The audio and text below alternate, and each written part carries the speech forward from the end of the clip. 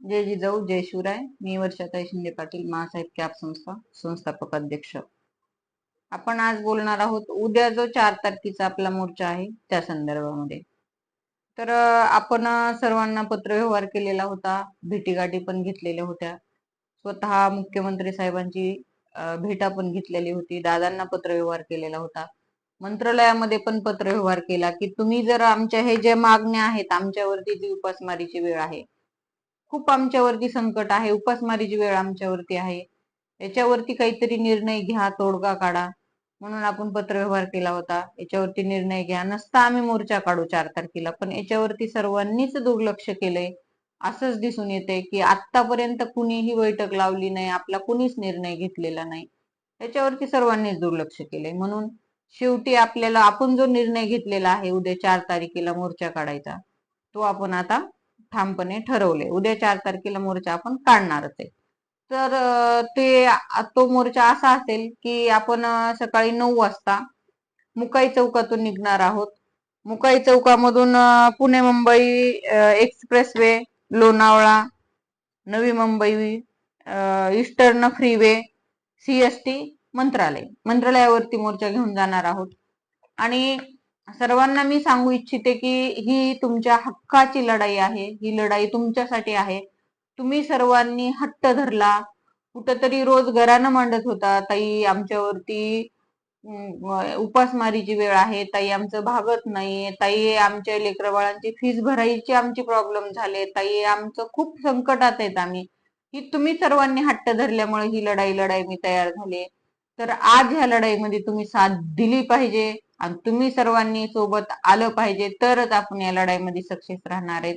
आणि याच्यासाठी तुम्ही सर्वांनी 2-3 टायमाचं जेवण सोबत ठेवलं पाहिजे, 5 लिटर पाणी सोबत ठेवलं पाहिजे.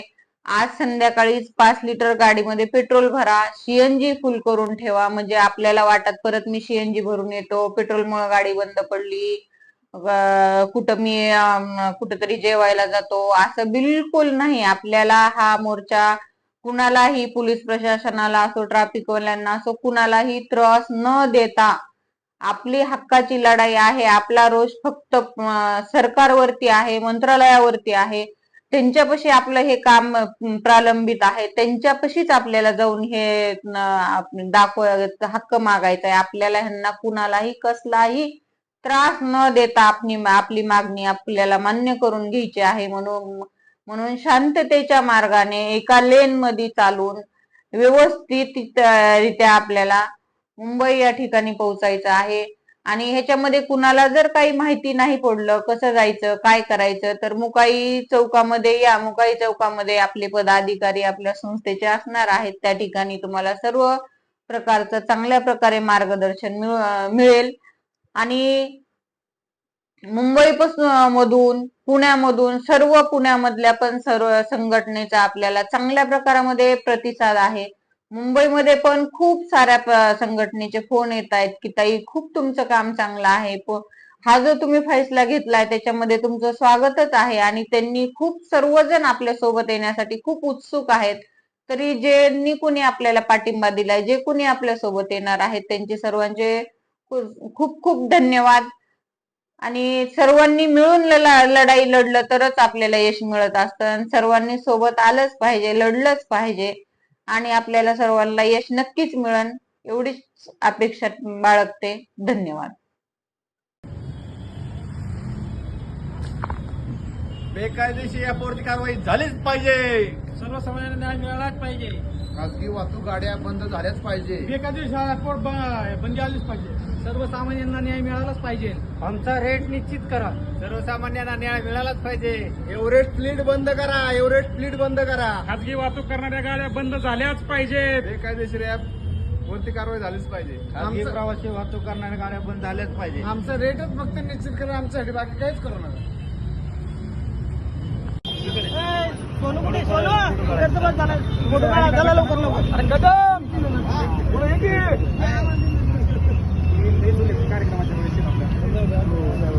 गोपाल इथं साबळ साईडला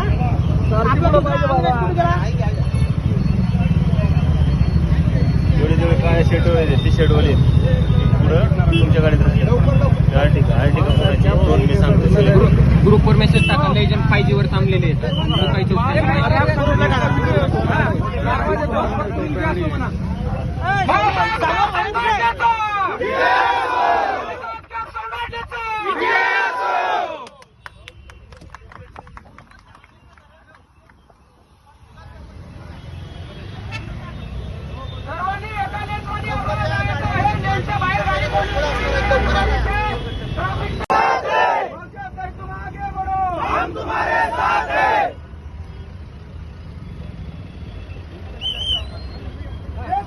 चर्चा